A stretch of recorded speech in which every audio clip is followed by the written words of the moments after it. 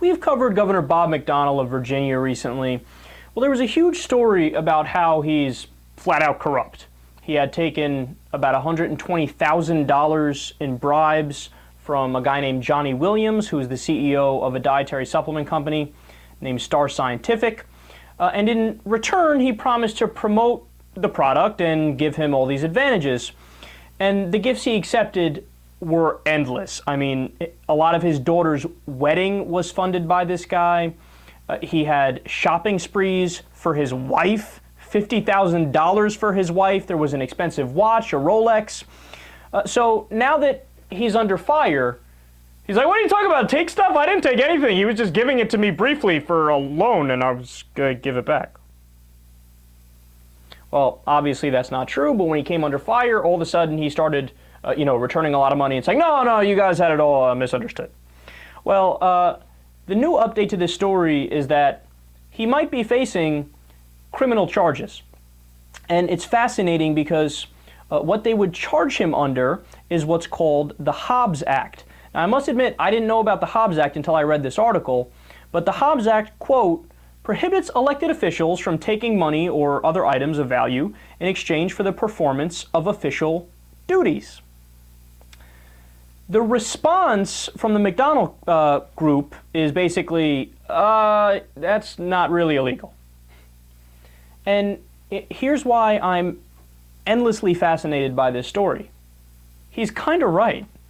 So the law forbids direct personal donations because that would be corruption.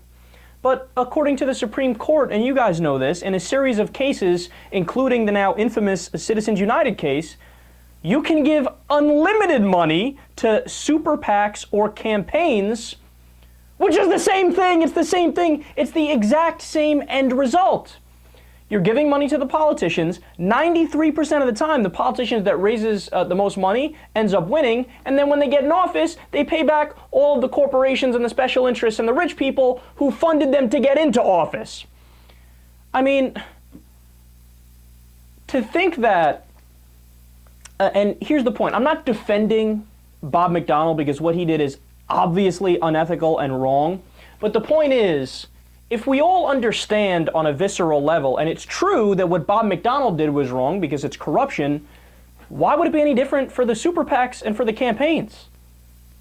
I mean, have you ever sat and wondered, for example, why ExxonMobil gets $4 billion worth of subsidies? They're one of the most profitable corporations in the world. And the government gives them the subsidies and then turns around and says, oh, we do that because we're incentivizing research and development? Yeah, that's it. That's what we're doing. Okay, how about you're incentivized to do the research and development because you're one of the most profitable corporations in the world. So I need an incentive for research and development. So pay me to get out of bed in the morning to research to do the show. Same argument. Oh, we need to incentivize them. Really? All the billions of dollars you're making isn't incentive enough? But see, the reason why they give them the subsidy is because ExxonMobil paid the politicians. So that's direct corruption. I mean, it's bribery. They're simply paying them back because they took money from ExxonMobil and other corporations. It's the same thing. So while we go after Bob McDonnell, let's go after every other politician, Republican and Democrat.